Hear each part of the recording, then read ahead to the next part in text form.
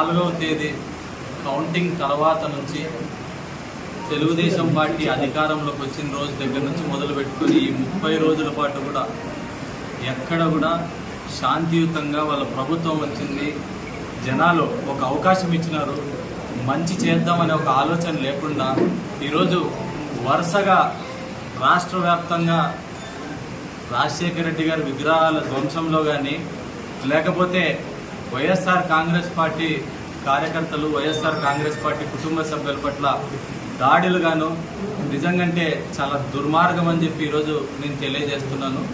ఎక్కడ చూసినా కూడా వైఎస్ఆర్ కాంగ్రెస్ పార్టీ నాయకుల ఇళ్లపై దాడులు, అదేవిధంగా వాళ్ళకి సంబంధించినటువంటి భూముల మీద దాడులు చేయడము, లేకపోతే ముసలి వాళ్ళు, ఆడవాళ్ళు, ఏదో స్కూళ్ళల్లో అన్నం చేసుకునేటువంటి వాళ్ళందరూ కూడా మీరు ఇమ్మీడియట్గా వదిలేలా, లేకపోతే మిమ్మల్ని కొడతామని చెప్పి 70 ఏళ్ళ వయసు ఉన్నటువంటి ఆమెని ఛాయాపురం గ్రామంలో మొన్నటి రోజు కొట్టడం కానీ, లేకపోతే ఉరవకొండ టౌన్లో జరుగుతున్నటువంటి సంఘటనలు కానీ నిజంగా చాలా దురదృష్టకరం. ఈరోజు మేము అంగీకరిస్తున్నాం, ఖచ్చితంగా ఒక మంచి మ్యాండేట్ ఉరవకొండలో తెలుగుదేశం పార్టీకి ప్రజలు ఇచ్చినారు. దాన్ని వాళ్ళు సద్వినియోగం చేసుకొని మంచి అవకాశం వచ్చింది.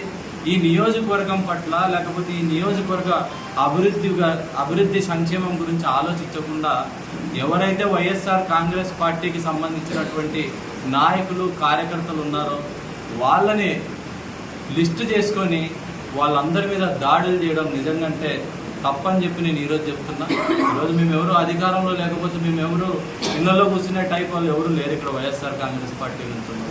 మేము ఊర్లు వదిలేసి పోవాల్సినటువంటి దుర్మార్గమైనటువంటి పరిస్థితి కూడా మాకు ఎవరికి పట్టలేదు. వైఎస్ఆర్ కాంగ్రెస్ పార్టీకి సంబంధించిన వాళ్ళకి ఖచ్చితంగా చెప్తున్నా, అధికారం అనేది శాశ్వతం కాదు. ఈ నియోజకవర్గంలో ఉన్నటువంటి ఎమ్మెల్యేకి కానీ, లేకపోతే వాళ్ళ సోదరుడికి కానీ, లేకపోతే వాళ్ళ పార్టీ కార్యకర్తలకు కానీ నేను ఒక్కటే హెచ్చరిస్తున్నాను. ఈరోజు ఏ రకంగా అయితే ఈరోజు మీరు దాడులు చేస్తున్నారో ఖచ్చితంగా ఒకరోజు మళ్ళా అధికారం శాశ్వతం కాదు, ఖచ్చితంగా ఇంతకు రెట్టింపుగా మా వైపు నుంచి కూడా రియాక్షన్ ఉంటుంది.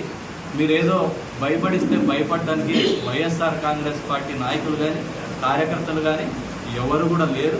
మీరు ఈ పద్ధతి మార్చుకొని ప్రజల పక్షాన నిల్చోవాల్సిందిగా నేను తెలుగుదేశం పార్టీ వాళ్ళకి చెప్తున్నాను.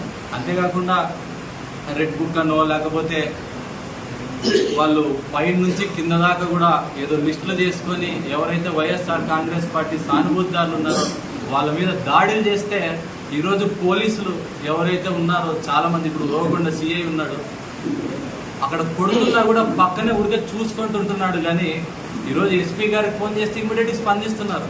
కానీ ఇక్కడ ఉన్నటువంటి సిఐ మాత్రం అక్కడే ఉన్న కొడుతున్నా కూడా స్పందించట్లేదు. ఖచ్చితంగా ఆయన మీద కూడా మేము తొందరలోనే ప్రైవేట్ కేసు చేస్తాం. ఎందుకంటే 10 రోజుల్లో ఖచ్చితంగా ఆ దాడికి పాల్గొన్నటువంటి వాళ్ళందరి పట్ల ఖచ్చితంగా కూడా యాక్షన్ తీసుకోవాలా పోలీసులు అని చెప్పి ఈరోజు నేను కోరుతున్నా. ఒకవేళ యాక్షన్ తీసుకునే పరిస్థితుల్లో మాత్రం ఖచ్చితంగా వైఎస్ఆర్ కాంగ్రెస్ పార్టీ ఇంకొకలాగా రియాక్ట్ అవుతుందని చెప్పి నేను ఈరోజు తెలియజేస్తాను.